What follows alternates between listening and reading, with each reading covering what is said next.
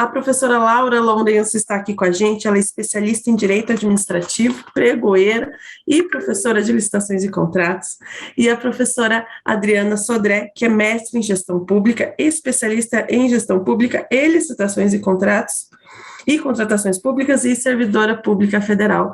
E também são nossas colunistas lá no Solicita. Então, toda sexta-feira a gente tem uma coluna muito legal, que as duas participam com mais especialistas, né, de várias áreas, então assessores jurídicos, pregoeiros, especialistas em contratos, que se chama Loucas por Licitação. Essa é uma das nossas colunas do Solicita aberto ao público. Então, se você não é assinante, você consegue acessar e ler, né?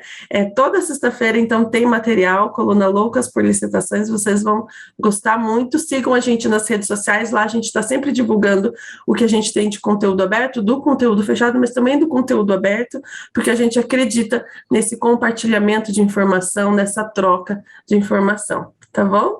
Então, obrigada, professores, eu deixo a palavra para vocês. Uma ótima live a todos.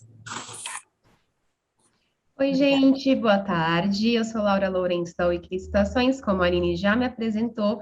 Espero que vocês estejam me ouvindo e ligadinhos aqui com a gente, porque hoje os assuntos são incríveis para variar e muito, muito importantes, né? Porque às vezes a gente ouve falar, né? Às vezes a gente pensa, nossa, como isso aqui é difícil fazer, né? E nem sempre é assim tão complexo. Quando a gente pega para fazer alguma parte de licitação, a gente percebe que ela é mais fácil do que a gente pensava e ela também nos beneficia muito. Acho que muitos de vocês já devem, inclusive, ter intimidade com esses documentos, né? Uma vez que estão na administração pública. Então, a gente parte do princípio, lembrando das fases da licitação. E hoje nós vamos falar da fase interna, fase preparatória, né? Onde é você e a licitação. Então, a gente sabe que o planejamento, ele agora, além de ser extremamente importante, ele também é um princípio, né? Então, quando você planeja alguma coisa, o sucesso de você concluir, né, com alegria, com êxito, é realmente mais garantido. Não só de licitações, né? Qualquer tipo de planejamento para uma tarefa é muito importante. Você pode tirar normalmente de quando você planeja o seu dia, por exemplo, quando você já sabe as coisas que você precisa fazer. E aí você consegue, então, cumprir, é mais fácil, você consegue ter uma visão melhor, inclusive, de tempo, né? E daí a gente chega na parte preparatória e planejamento, na parte do ETP, é a sigla, né? De Estudo Técnico Preliminar. Na verdade, não é um assunto muito novo, viu? Ele já foi mencionado na 8666 de 93, né? Então, ele não é uma coisa que chegou agora, mas ele se torna cada vez mais necessário, inclusive a nova lei de licitações, ela traz ele muito, muito esclarecido. Quem já teve a oportunidade de analisar os artigos, você vai ver que, inclusive, ela coloca ali o que é necessário ter no ETP, né? E nós não temos apenas a nova lei de licitações, nós temos também as INs para nos ajudar, as instruções normativas, que são nossas amigas. Do nada a gente dorme, acorda e aparece uma IN nova na nossa vida, né? Então, não é um assunto novo, tá? Se você ainda não tem a relação, se você ainda não fez, alguma coisa está errada, tá? Então, a gente já sabe, ela apareceu assim de uma forma bem sucinta na N2 de 2008, né? Se quiserem depois, você pode até colocar no chat também. A nossa apresentação não terá slides, né? E é um assunto muito tratado também, muito priorizado pelo Tribunal de Contas, que a Adriana depois até vai mencionar um pouquinho mais, né? Mas ele sempre deixou claro que a gente precisa ter essa intimidade e fazer esse documento, né? Então, na verdade, o que é, então, né, o ETP? O ETP é o estudo que você vai ter das possibilidades do seu problema. qual é o problema que a administração está tendo, né? Que você precisa sanar, precisa resolver, e quais são as suas oportunidades, o que o mercado te traz. Então, lá você estuda as possibilidades de resolução daquele problema. Eu vou te contar uma coisa: às vezes, alguns estudos já resultaram até com resultado negativo, às vezes não tinha solução para aquilo, né? Então, hoje a gente tem até mesmo a nova modalidade de licitação do diálogo competitivo, onde você traz, inclusive, o mercado para entender o seu problema, né? E para você conseguir ali ter uma solução mais adequada. Talvez, às vezes, ela nem existe, né? E aí você consegue, por essa nova modalidade, chamar o mercado, né, para você. E a gente tem uma IN também muito importante, que é a 5 de 2017, né? Então, ali foi realmente onde proporcionou um avanço incrível com relação ao ETP, né? E a gente tem ela também como nossa amiga, por quê? Porque ela fala também o que precisa ter o estudo técnico preliminar, né? E a gente tem o ano de 2020, onde a gente teve uma inovação muito legal. A gente tem ali a IN 40, a Instrução Normativa 40 de 2020, né, que trata ali, então, do ETP digital, né, onde ele é, então, exclusivo, obrigatório ali para os órgãos e entidades da administração pública federais, né. Então, a gente tem ali os conteúdos, os problemas, e por que que ele deve ser feito, né? Para você realmente entender o que você está fazendo. Se eu for pelo caminho B, será que vai ser melhor do que eu ir pela outra opção? Né? Então, você consegue entender o seu cenário, e uma vez que você vê melhor, né, o cenário, se a gente comparar uma viagem, se a gente vê melhor o mapa, a gente sabe para onde a gente vai, a gente sabe que rumo seguir, né? Então a gente pode fazer essa breve comparação, tá? Então você entende melhor o seu cenário e ele é um documento. Às vezes a gente já fez o ETP verbalmente, batendo, discutindo, conversando, né? Até mesmo com a autoridade competente, falando, olha, preciso disso, daquilo. Ah, mas por que aquela possibilidade não? Por que comprar a impressora e por que não locar? Às vezes a gente já fez o ETP verbalmente, mas o processo administrativo licitatório, ele nos obriga a formalizar os atos. Então, esse documento ele deve estar formal, ele deve ser formal, ele deve existir, ele deve ser assinado, né? Então, a gente precisa colocar isso no papel. Ah, Laura, eu posso deixar de fazer ETP?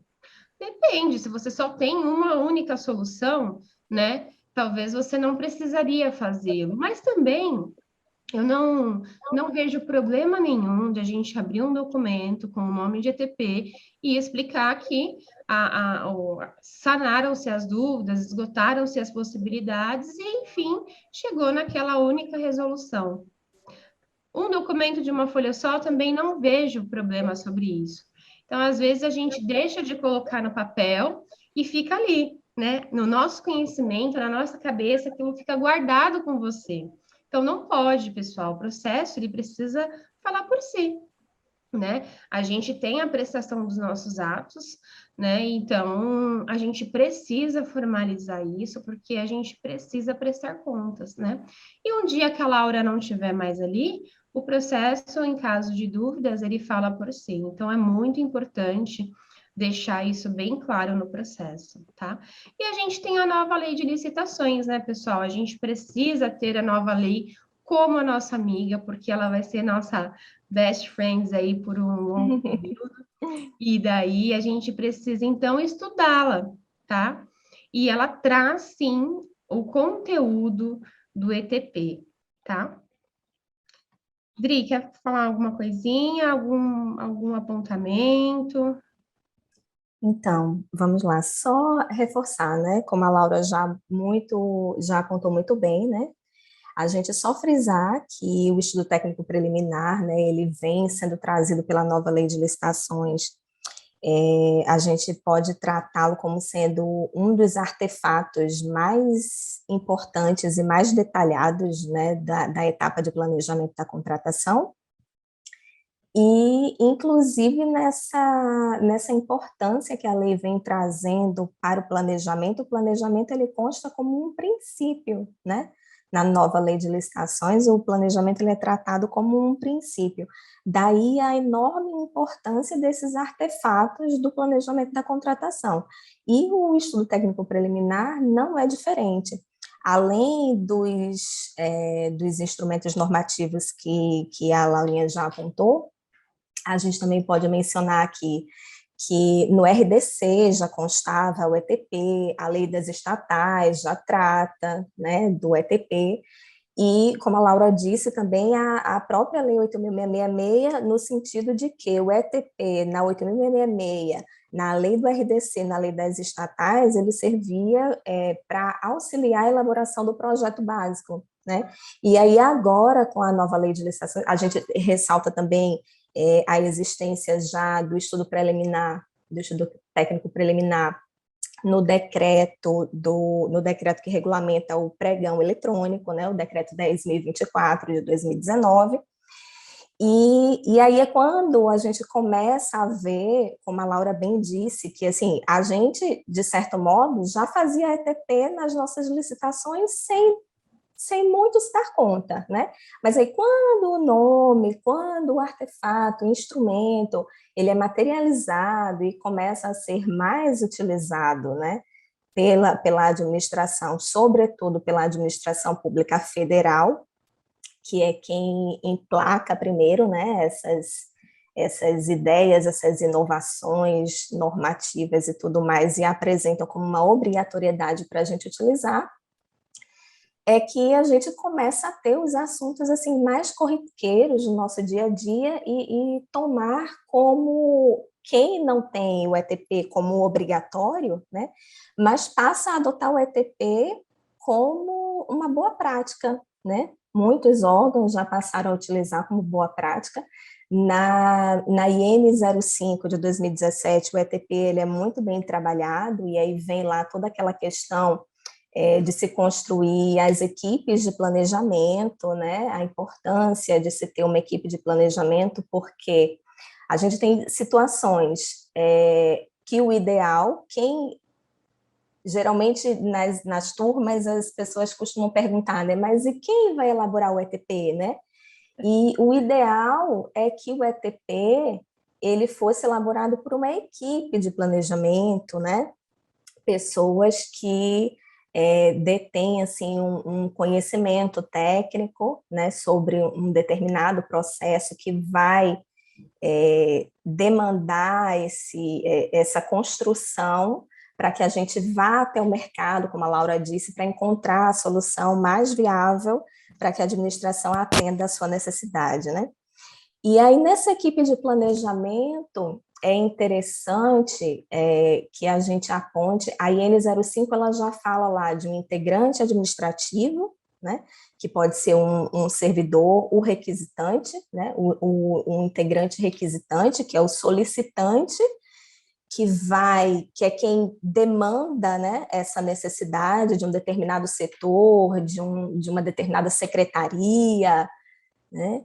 Então, o requisitante, que é quem entende daquela necessidade, um requisitante administrativo, né, um integrante administrativo, que aí poderia ser, a gente costuma falar que nesse momento a gente poderia ter quem como integrante aí administrativo, a figura de um pregoeiro, mas aqui com uma ressalva importante, que se o órgão possui vários pregoeiros, o pregoeiro é ali um servidor que ele detém muita expertise em várias etapas do macroprocesso de contratação, né? Então, ele poderia participar da etapa do planejamento desde que ele não seja o pregoeiro responsável lá na fase externa pela condução desse certame, porque a gente tem que atentar bastante para o princípio de segregação de funções, né? Inclusive, eu separei aqui para vocês um acórdão que trata dessa questão da segregação de funções, que foi do ano passado, onde a gente precisa ter justamente esse cuidado com as equipes de planejamento, porque, assim, outro agente público que tem muita expertise no processo, os fiscais e gestores de contrato, né?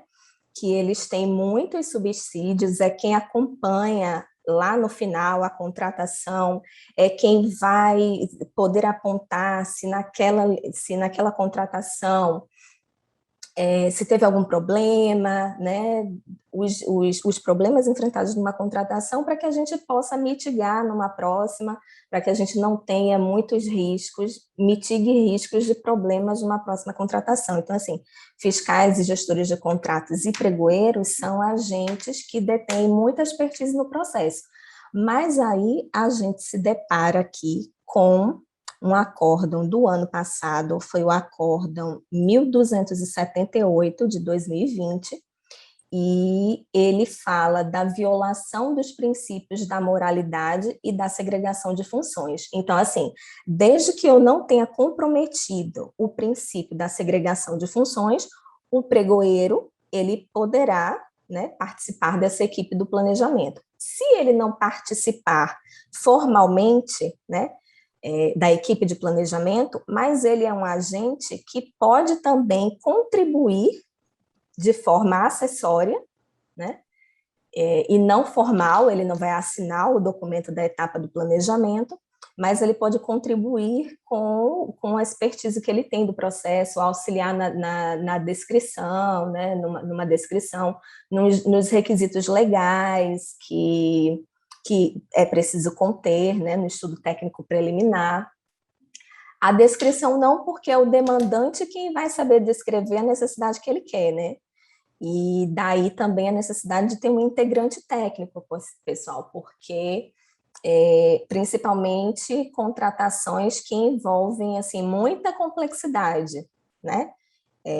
Então requer uma equipe que entenda tecnicamente daquilo que está tratando. Como a Laura disse, não é algo muito complexo, mas a gente também não pode tratar o ETP como uma simples planilha a ser preenchida, né? A questão da gente consultar estudos técnicos preliminares de outros órgãos como uma boa prática é uma solução, assim, muito boa de ser adotada, mas frise-se, né? Nós vamos consultar ETPs de outros órgãos como boas práticas. A gente não vai fazer Ctrl+C, Ctrl+V do trabalho lá do coleguinha. A gente vai analisar, né, o que foi feito naquele órgão, tomar por boa experiência uma contratação que deu certo, mas a gente precisa se resguardar no sentido de que cada contratação ela é única e cada órgão ele tem a sua necessidade, né? E sobretudo quando a gente está tratando de esferas diferentes, a gente trata de órgãos de esfera federal, de esfera municipal, estadual, e cada um tem uma estrutura de funcionamento diferente, né? Então a gente analisa o que deu certo, o que pode ser aproveitado, mas a gente vai adequar a nossa real necessidade, né? A real necessidade do órgão. E aí, voltando só aqui à parte de segregação de funções, eu vou fazer aqui uma leitura para vocês rapidinho. Violação dos princípios da moralidade e da segregação de funções. A participação de servidor na fase interna do pregão eletrônico como integrante da equipe de planejamento e na condução da licitação como pregoeiro ou membro da equipe de apoio, viola os princípios da moralidade e da segregação de funções. Então, só para a gente ficar assim, muito bem atento que nada impede que a expertise desse agente seja aproveitada. Se tiver mais de um pregoeiro, não vai ter problema que ele faça parte lá da equipe de planejamento, né? Mas se o órgão não tiver uma grande estrutura e só tiver um pregoeiro, então não é recomendável que ele faça parte da equipe legalmente, formalmente. Ele pode apenas contribuir com a sua expertise. Quer complementar alguma coisa, Laurinha? Posso falar sobre problemas, né, da ausência da falha na construção de ATP, Quer complementar mais alguma coisa?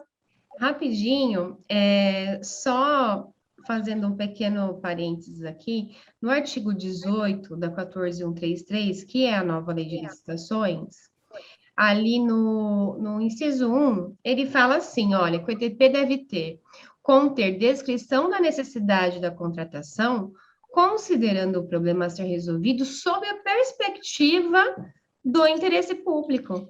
Então, a gente nota que não existe, mais uma vez vou repetir isso, quem me segue sabe que eu sempre falo isso, na licitação não existe ego, não existe vontade própria. Ah, eu vou fazer essa opção aqui porque eu acho que é o melhor para a cidade, né? Eu vou fazer isso porque acho que é o melhor, mais viável para mim, inclusive. Eu acho que isso aqui é bom. Não tem eu acho, né? Você precisa realmente considerar o bem comum, coletivo, né? Com certeza, isso aqui é uma coisa muito importante que a gente precisa colocar. E outra coisa, o ETP, ele também precisa considerar o quê? Contratos correlatos. Por exemplo, a partir do momento que eu vou contratar, que eu comprei esse medicamento, né, para o hospital, eu vou ter geladeira para armazenar isso, eu vou ter que fazer alguma mudança no meu ambiente, né? Se eu fazer locação daquele veículo, eu vou precisar ter uma garagem, eu já tenho esse lugar, você realmente estuda ali, você esgota o seu cenário, né? E isso é muito, muito importante. Às vezes, no momento que você está elaborando o ETP, talvez você até redefina o objeto naquele momento, uma vez que você vai realmente estudar o caso, né, Adri? Isso mesmo. É justamente essa ida ao mercado, né, esse levantamento da necessidade é que vai fazer com que a gente perceba de fato qual vai ser a melhor solução a ser contratada. E aí a gente pode citar como exemplos algo que a gente já se deparava assim no passado, que a gente fazia muito, que hoje em dia a gente já não faz mais. Os órgãos antigamente compravam, faziam aquisição de impressoras, né? Hoje em dia, tem estudos que comprovam que se torna mais viável a contratação de outsourcing de impressão, né?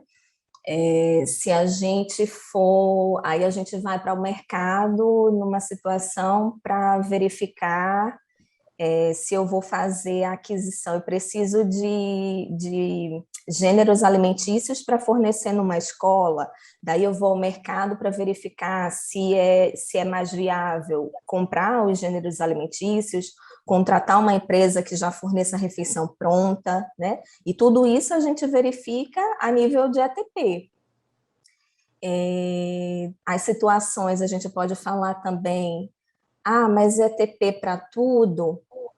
Em tese, a lei coloca, né, o ETP como sendo obrigatório quando a gente vai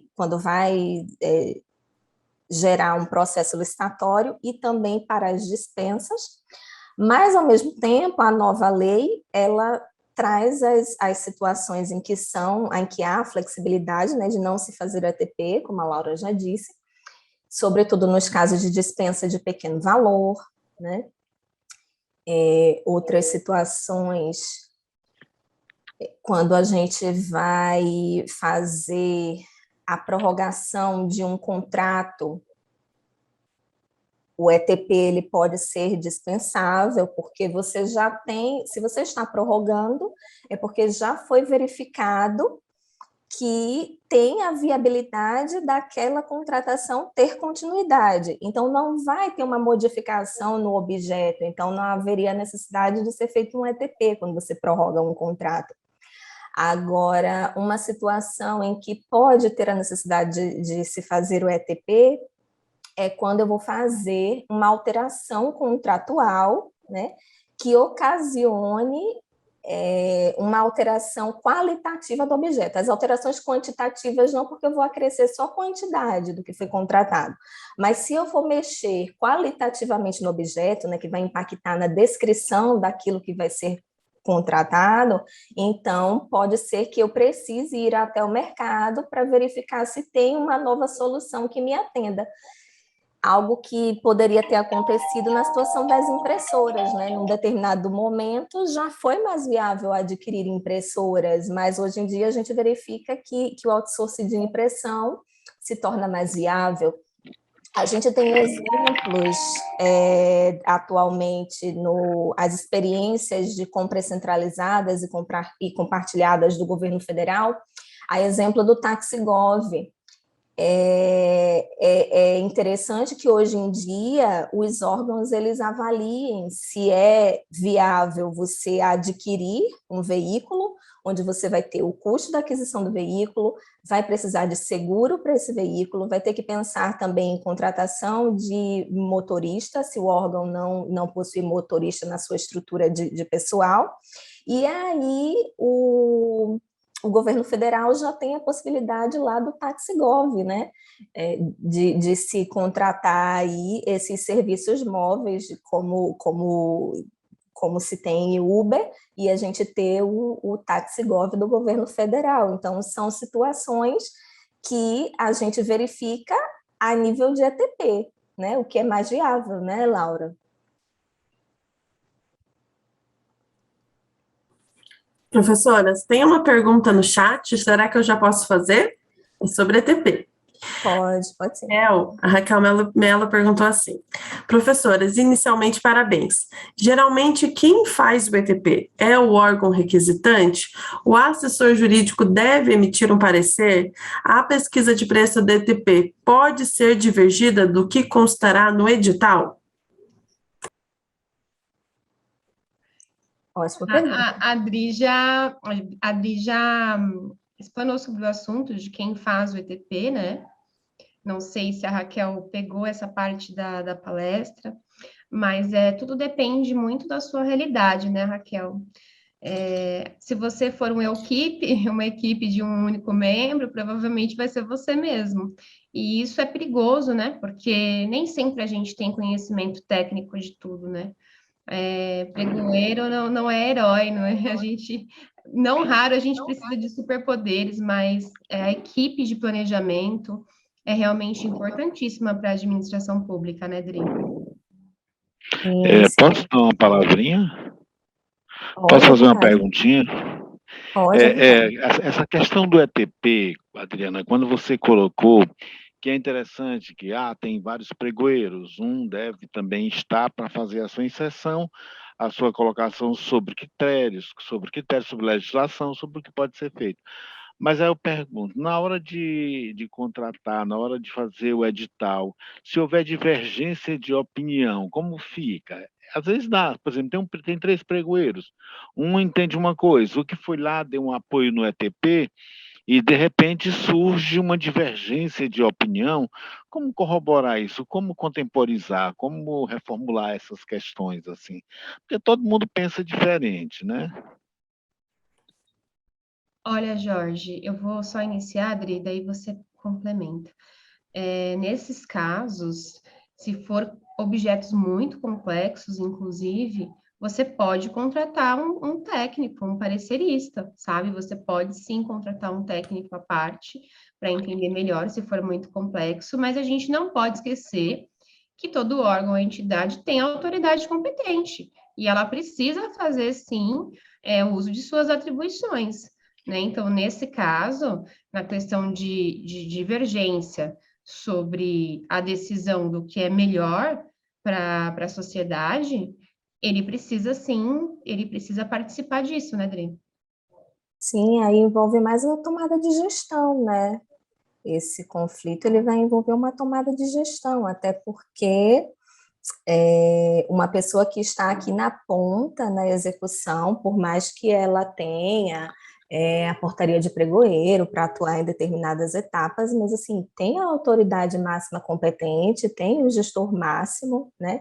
Ainda que não a autoridade máxima do órgão, mas a depender da estrutura do órgão, quem é a autoridade competente para para que tenha a tomada de decisão, porque isso aí é uma decisão de gestão. Esse conflito só quem tem poder em responder, né, legalmente ali pela necessidade do órgão é que vai ter como viabilizar essa solução de conflito. Isso. Ok, obrigado, viu? Odri, continuando na pergunta da Raquel, ela perguntou também se o assessor jurídico deve emitir um parecer. Então, na verdade, Raquel, o processo, né, antes de você torná-lo público, ele vai realmente para o jurídico, mas é muito impossível ele conseguir opinar alguma coisa técnica do parecer, que tem o conteúdo. Eu entendo que o advogado, ele não tem atribuições pertinentes a opinar no conteúdo do ETP. Eu acho que ele pode sim falar, olha, eu retorno o processo porque não teve a elaboração do ETP, mas ele falar ali tecnicamente sobre o assunto, eu acho que realmente não convém. Né, Dri?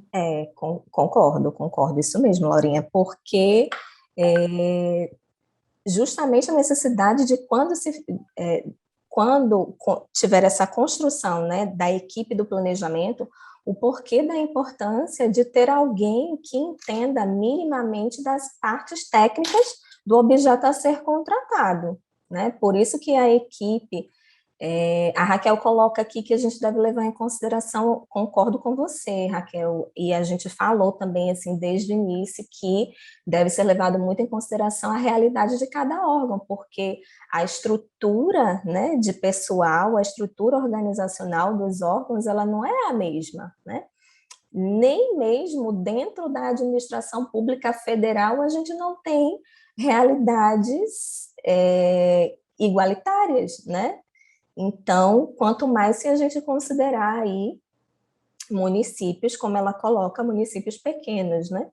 E aí essas questões técnicas, se o órgão é aquela mesma análise que a gente vai fazer para que a gente pode fazer no caso de equipes de fiscalização de contrato, né? Se o órgão não tem pessoas com a capacidade de executar determinada tarefa dentro do processo, ele precisa encontrar meios para que essa deficiência seja suprida, ainda que mediante uma contratação, né? Mas o que não tira a obrigação do órgão, enquanto ele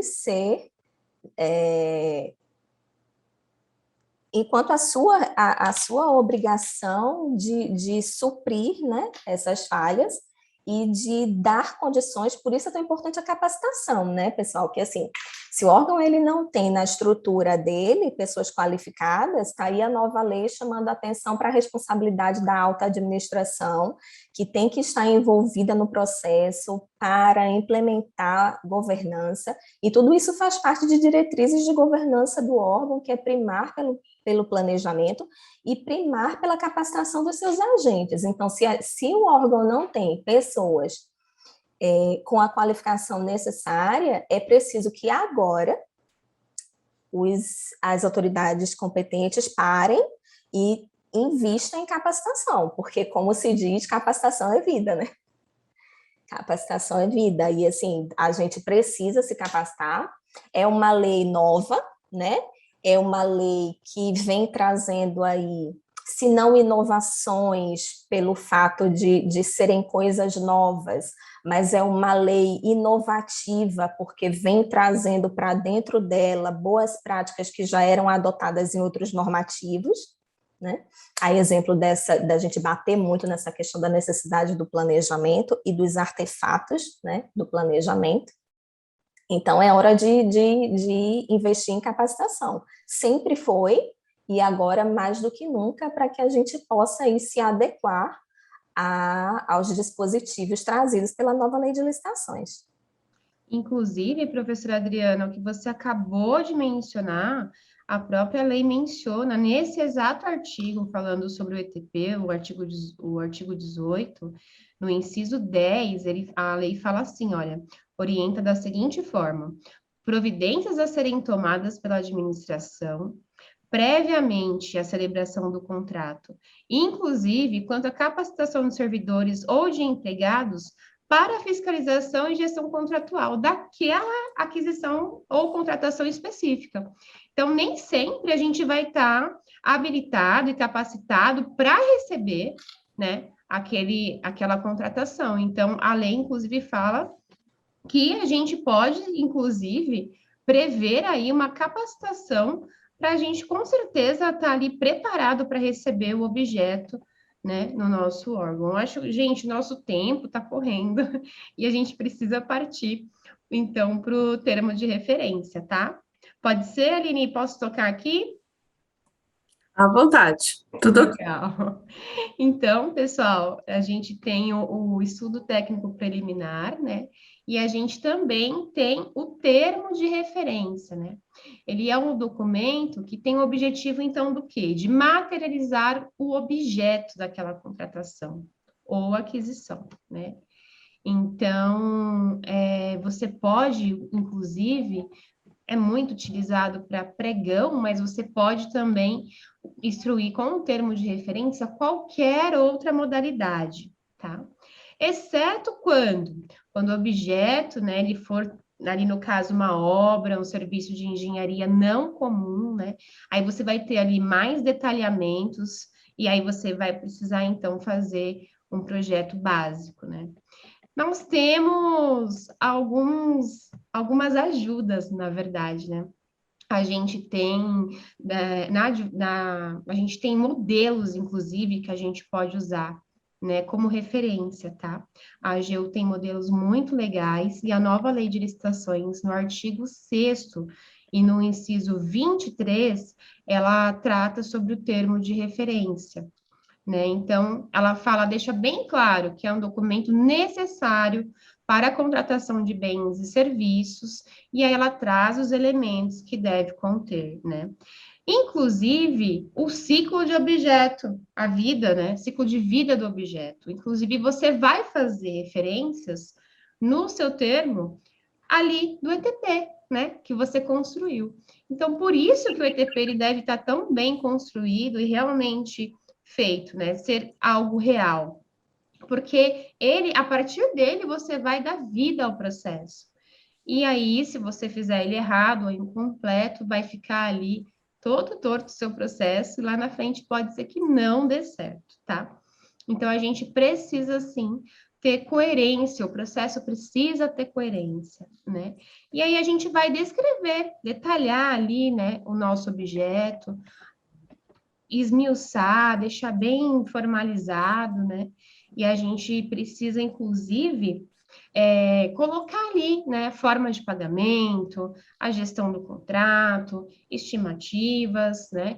Como você vai, então, utilizar o critério da seleção do fornecedor, né? Qual vai ser o tipo do seu julgamento? E isso tudo entra ali no termo de referência. Você consegue, com o termo de referência, já adiantar bastante coisas sobre o edital, né? Então, você consegue até mesmo, eu já vi um termo de referência tão completinho que já trouxe até ali o código, né, do CAT-MAT, CAT-SERV, e às vezes você tem ali muitos itens e facilita a vida mesmo, viu? E a gente tem alguns riscos, né, Dri, ao passo que se a gente não elaborar esses documentos, a gente corre alguns riscos, né? Sim, então, inclusive, o Benigno estava falando aqui com relação ao ETP, né, quais as consequências de não realizar o ETP, e aí a gente tem, assim, por associação, também a OTR. A preocupação que a gente tem que ter, assim, como a gente já falou com relação ao ETP, vai ter situações em que ele pode ser dispensado, né? Da mesma forma, e aí se você, por acaso, lá no seu órgão for uma obrigatoriedade e estiver realmente imposto que você deve adotar o ETP, assim como o termo de referência, então a gente faz uso, nem que seja de um artefato aí resumido, né? Simplificado, né? A preocupação que a gente tem que ter é com a má elaboração desses artefatos, né? E aí, o ETP, a legislação aponta no artigo 18, parágrafo 2º, requisitos mínimos que devem constar no ETP, assim como a lei também aponta o que deve constar num termo de referência, né? Com relação ao ETP, eu tinha separado aqui para vocês, depois eu coloco aqui no chat, se não der tempo de falar, eu indico no chat alguns acordos que deram problema pela falha na construção do ETP. Da mesma forma, no termo de referência, porque assim, o termo de referência, a maioria dos elementos que constam do termo de referência, eles advêm do que foi construído no ETP, né? O ETP facilita bastante a nossa vida, inclusive, muitos termos de referência já ficam prontinhos com toda a informação construída no ETP, né? E aí a preocupação que a gente vai ter no ETP, como a Laura disse, é descrever a solução. A gente não vai ter mais aquela preocupação em saber se é a solução mais adequada. No termo de referência, a gente vai descrever de forma objetiva, clara, né, o que vai ser a solução que vai ser contratada. Alguns cuidados que a gente tem que ter com o termo de referência: evitar tanto a descrição muito rasa, muito sucinta do objeto, né, que não tenha clareza, porque assim, tem que ficar claro o que vai ser comprado, o que vai ser contratado, para que não tenha equívoco, né, na hora da aquisição. Tem um acórdão que foi apontado numa compra, a descrição do objeto era muito confusa. O órgão descreveu lá que ia comprar um tubo de PVC rígido e misturava assim, que você misturava inclusive outros objetos na descrição, tubo, válvulas. Então, assim, o que é que de fato ia ser comprado? Então, esse é um cuidado que precisa ter. Outra coisa, ter assim, o cuidado de não descrever excessivamente também o objeto, para você acabar não direcionando aquela contratação para um determinado fornecedor, né? Aí vocês podem apontar aí uma coisa que é muito polêmica, que se fala muito, é a questão de indicação de marca, né? E a nova lei de licitações, ela vem trazendo isso. É muito bom que a nova lei venha tratando disso, da possibilidade, né, de se indicar marca, mas da seguinte forma, usando aquelas palavrinhas, né, com a qualidade similar, equivalente à marca XYZ, para que a gente tenha essas marcas como um indicativo de um padrão de qualidade, né? Elas vão indicar um padrão de qualidade, algo que a administração já tem ciência de que aquela marca vem atender a necessidade, porque já é comprovado. A gente tem como exemplo claro caneta, né? Caneta, eu acho que quem nunca comprou, qual foi o órgão que nunca comprou caneta que não risca? Infelizmente, eu acho que a maioria aí de vocês já devem ter se deparado com o caso de caneta que não risca. E daí essa possibilidade que a nova lei vem trazendo de, na hora de se descrever o produto, colocar lá, depois da descrição, fazer um indicativo de uma marca que é referência de qualidade, mas tendo o cuidado, né, de apontar que é com qualidade igual, equivalente ou superior à marca X, algo desse tipo. Mais alguma coisa, Laurinha, que você queira colocar?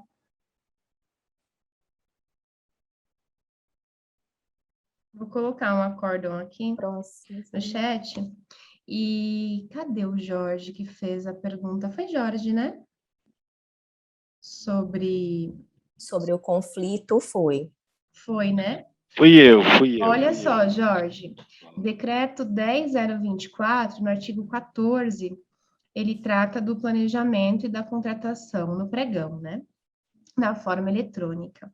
E aí ele coloca ali no inciso 2 que precisa ser observado o seguinte na parte do planejamento: aprovação do estudo técnico preliminar e do termo de referência pela autoridade competente ou por quem esta delegar, tá? Só embasando aí minha resposta, para não ficar como a professora Laura disse, né? Então, eu Certo. assinalei para você, tá bom?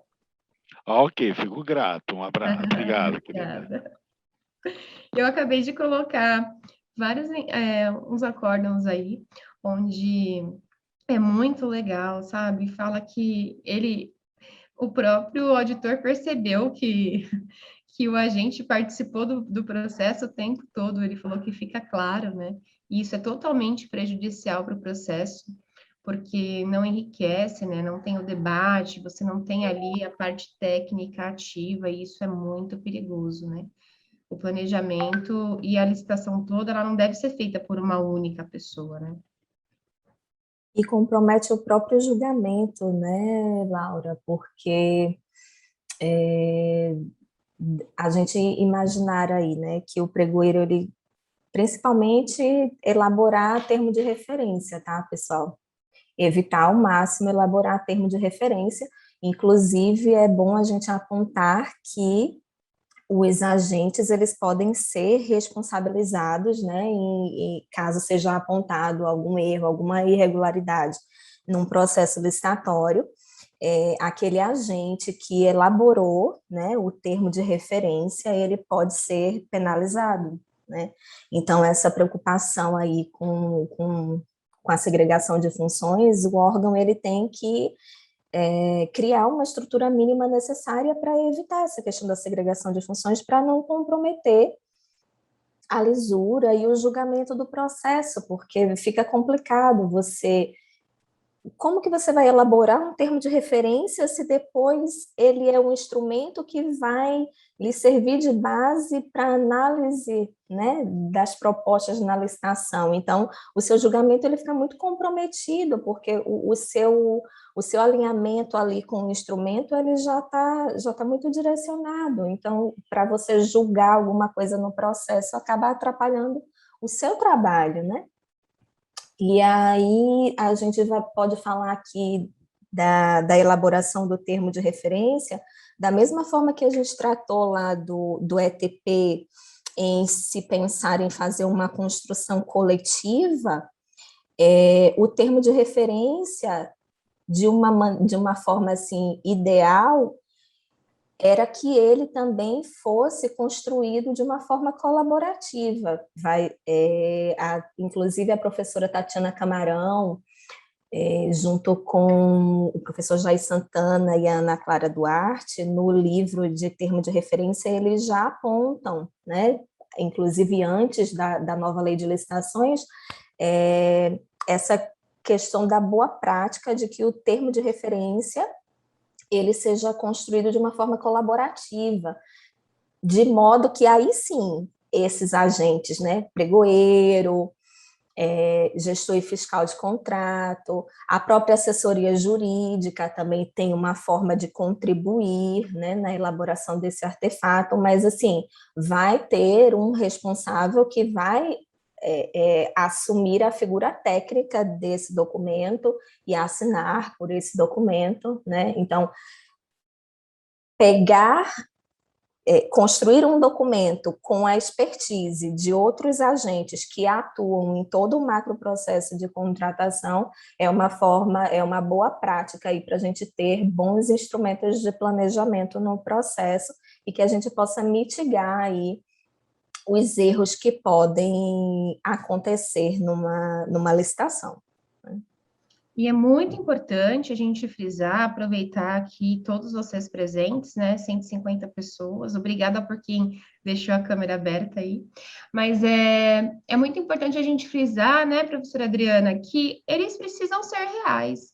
Não faça pro forma, sabe? Muda esse sistema, vamos mudar a história da administração, sabe? Vamos limpar o nome da administração juntos? O que vocês acham, né? É legal isso, sabe? Porque uma vez que você faz algo que não reflete a realidade, fica complicado. Sabe por quê? O termo de referência, ele vai ser um anexo do seu edital.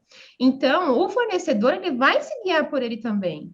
Então, é muito importante que você tenha ele, seja real, fiel à sua necessidade, porque é por onde o fornecedor vai se guiar, ele vai entender melhor a entrega, o prazo, o local, né? Como você quer, a garantia, né? A validade, se aquilo vai precisar depois de uma manutenção, né? Então, aquilo ali, se você não faz ele corretamente, o processo fica viciado, você vai ter problemas naquela entrega do objeto, né? Então, o fornecedor pode ser que não entenda muito bem o que você precisa se você não explicar muito bem o que você precisa, né? Então, é aquela velha frase de quem pede mal pedido, fica mal atendido, porque você não conseguiu expor o que você precisa, né?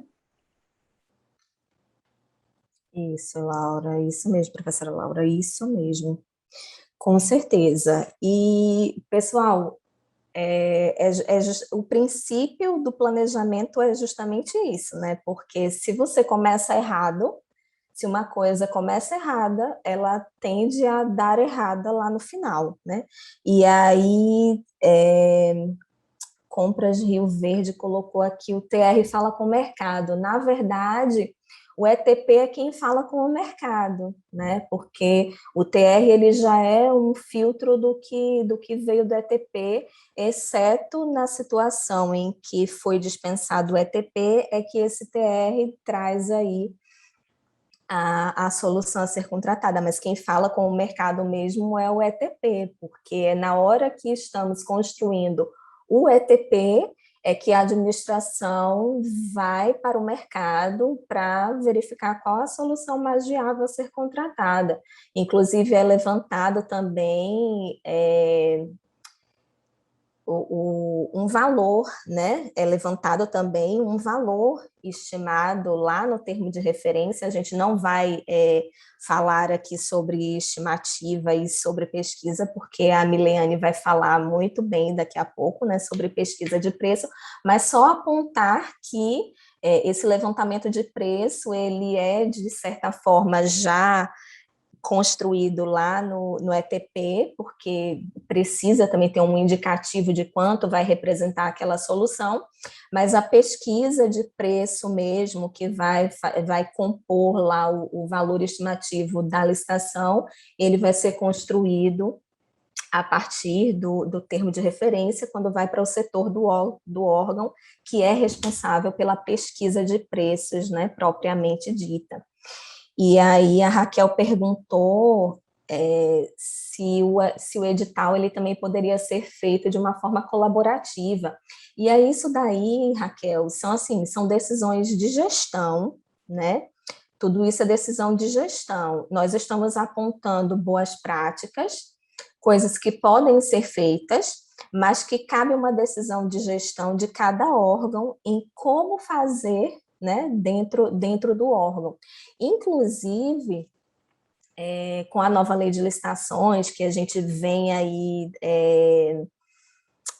tem a questão da padronização, né, tanto a padronização de objetos, que é algo muito interessante para a construção, inclusive, do termo de referência, que a gente consiga melhorar os catálogos de bens e serviços, né, da administração pública, inclusive já tem um trabalho a nível da administração pública federal nesse sentido, de fazer uma melhoria lá no catálogo de bens e serviços, e os municípios e estados também podem, né, fazer catálogos próprios. Podem utilizar o catálogo da administração pública federal? Pode, mas também é interessante, seria muito interessante que municípios e estados também construíssem o seu catálogo de materiais, né, que fizessem aí padronização de material, boas práticas também fazer padronização de edital, e aí, com relação a essa questão de quem vai elaborar o edital, muitos órgãos criam um setor só para isso, né?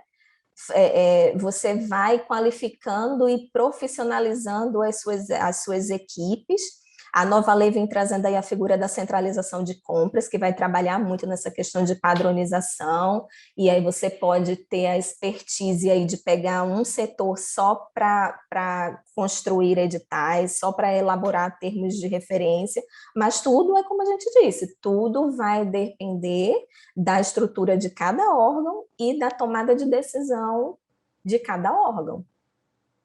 Não tem uma receita de bolo, né, professora Laura? Pois é. Ai, gente, dá vontade de falar muito sobre o assunto, mas o tempo passa assim, ó, a gente pisca e ele já voa, né? Então, eu espero que vocês tenham gostado, viu? A dica que eu vou deixar uma dica final sobre ETP e TR, que é o seguinte, já deixa um documento onde você coloca ali os itens que o seu ETP e o seu TR precisa conter. Assim fica mais fácil de você já ir desenrolando o documento, sabe? E, que bom, obrigada, gente, por todo mundo presente, né, Dri? A gente está muito honrada de passar essa tarde maravilhosa juntos. Sim, eu estava tentando escrever aqui no chat que os itens básicos, né, que devem constar no TR e no ETP, a própria lei traz lá, né, os itens mínimos necessários para que você construa aí elementos, artefatos de planejamento que possam conduzir melhor o processo de contratação para que a administração pública possa vir a comprar e contratar de uma forma melhor, né? E que essa é a finalidade, né, de uma licitação, você suprir a necessidade da administração e muito voltada para essa questão da qualidade, né, e os artefatos, eles vão auxiliar nisso. Ficamos muito gratas, né, pela oportunidade de estar fazendo a abertura desse evento, gratas pela companhia de vocês. Estamos vendo aqui que a professora Mileane já está aqui também, aguardando. A Fran está aqui. E as nossas amigas que apareceram para prestigiar, Lindineide, Gisela, Danuze, Érica, Jarlene. E a todos vocês, Uma perguntinha, professora Adriana, só uma perguntinha. O módulo banco de preços vai continuar nesta mesma sala ou você não sabe dizer? Sim, Jorge. Deixa eu agradecer aqui primeiro às professoras. Obrigada, professora Adriana. Obrigada, professora Laura. Foi um grande prazer. É uma grande honra ter vocês lá do lado da gente, lá no Solicita, na coluna, junto com todos os especialistas, né? Quem quiser participar, conhecer mais do trabalho, ler mais o que as professoras estão escrevendo, toda sexta-feira elas estão lá no Solicita, na coluna Louca por Licitações. Essa é uma live dupla, como eu expliquei no início, 2 em 1, então agora foi a live de Solicita e agora, na sequência, já vem a live do Banco de Preços, tá? Falando de pesquisa de preços. O Solicita e o Banco de Preços são produtos da Negócios Públicos, né? E a Black Week Solicita para promover essa interação, essa capacitação, né, para vocês conhecerem também os nossos produtos, mas terem essa capacitação gratuita, né, e estarem íntimos aqui da gente, a gente conseguir conversar com vocês, né. Antes de passar a palavra para a Fran, que já vai chamar a professora, eu só quero mostrar para vocês como é o nosso Solicita por dentro. Então, é coisa bem rápida, tá bom? O Solicita Pro, hoje, quando vocês acessam, vocês veem a nossa capa, né? As nossas notícias diárias, porque ele é atualizado diariamente, 24 horas por dia, as nossas entrevistas aqui, que entram exclusivas e diárias, matérias, artigos dos professores. Aqui nós temos uma rede social dentro do Solicita, com mural de professores e assinantes, que tem interação lá entre assinantes dos nossos especialistas. E eu vou mostrar uma das ferramentas aqui do Solicita, que é a nossa ferramenta de modelos. Essa ferramenta faz parte do pacote Solicita Pro. O Solicita Pro é o único que é completo, tem uma metodologia integral que vai te ajudar no planejamento, na hora do pregão, em contratos, também os assessores jurídicos, tá? Vou ver se a ferramenta abre rapidinho pra gente. A ferramenta aqui tem manuais, modelos de ETP, modelos de termo de referência, inclusive da nova lei de licitação. Então, é feita uma pesquisa aqui e vocês conseguem acessar tudo de forma rápida, dinâmica, intuitiva, tá bom? O Solicita, ele além da ferramenta de modelos, ele tem capacitação com todas as nossas lives, eventos da NP gravado, então Congresso Brasileiro de Pregoeiros, Pregão Week, os nossos cursos intensivos estão todos aqui. Além disso, a gente tem o serviço de orientação técnica com menor tempo de resposta do mercado, em 5 modalidades, a gente tem estudo técnico, resposta objetiva, atendimento telefônico por WhatsApp e a mentoria.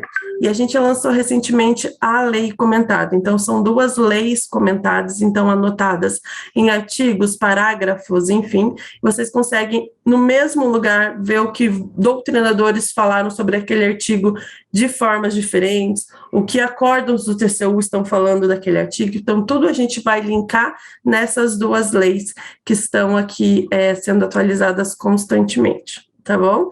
Quem quiser uma senha e acessar o Solicita por 7 dias, o Solicita Pro gratuito, eu vou colocar o link aqui no chat e vocês vão conseguir, basta preencher ali os seus dados, a gente envia a senha de 7 dias gratuitos para vocês, tá bom? E a gente tem também o Solicita Pessoa Física, o nosso livro que está na promoção agora no Black Week, que eu vou colocar aqui no chat e vocês vão ver, tá bom? Obrigada.